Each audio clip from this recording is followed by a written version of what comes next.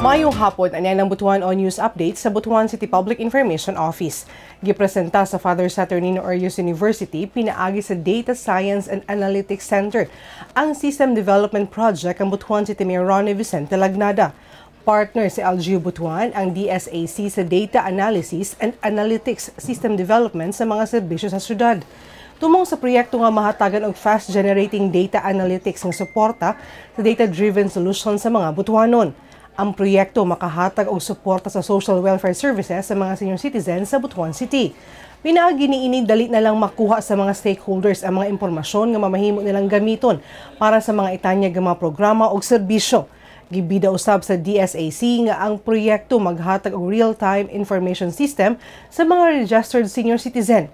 Anaasab diri ang real-time analytics isip tubag sa epesyente ug epektibo nga decision making. Gani usa kini ka centralized information system ug usa ka inventory ug monitoring system para sa LGU Butuan ug stakeholders niini.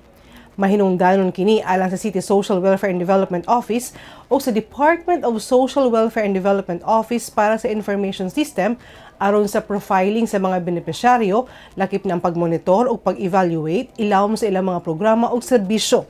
Pinaagi usab sa nasangpit nga proyekto matrack na sa City Health Office ang delivery sa primary healthcare services niini. Sumala pa ni Butuan City Mayor Ronnie Vicente Lagnada, dako kining tabang sa lokal nga panggamahalan sa Butuan tungod magamit kini sa pagproseso ug pag-analisa og datos para sa decision making, policy formation, implementation, project development ug execution. Sa laing balita, mituon sa programang Ray 1616 sa SP Butuan ang mga opisyales sa Bislig City sa gipahigayon ni ining benchmarking. Buot masayran ug matun-an sa mga bisita ang kinatibuk ang programa sa Ray 1616 legislative program ug buot sab madungog ang diskusyon sa codification sa legislative codes. Gipresentar ni Vice Mayor Lawrence Fortun ang dagan sa programa ug ang positibong resulta niini sa umaabot nga panahon. Garbo sa SP Butuan nga usa na kini sa bisitahan sa mga silingang syudad ug nang hinaot nga nakatabang kini sa paglambo ug paghimo og lokal nga mga balaodnon sa tagsa-tagsang syudad.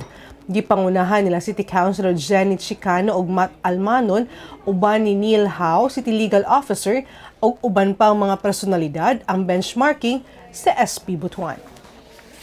Ug mo kato mga updates ning adlaw alang sa ban pa mga updates, follow the like official Facebook page, TikTok, Instagram ug Twitter account ug subscribe sa YouTube channel sa Butuan City Public Information Office. Ako si Charmaine Awitan. Daghang salamat.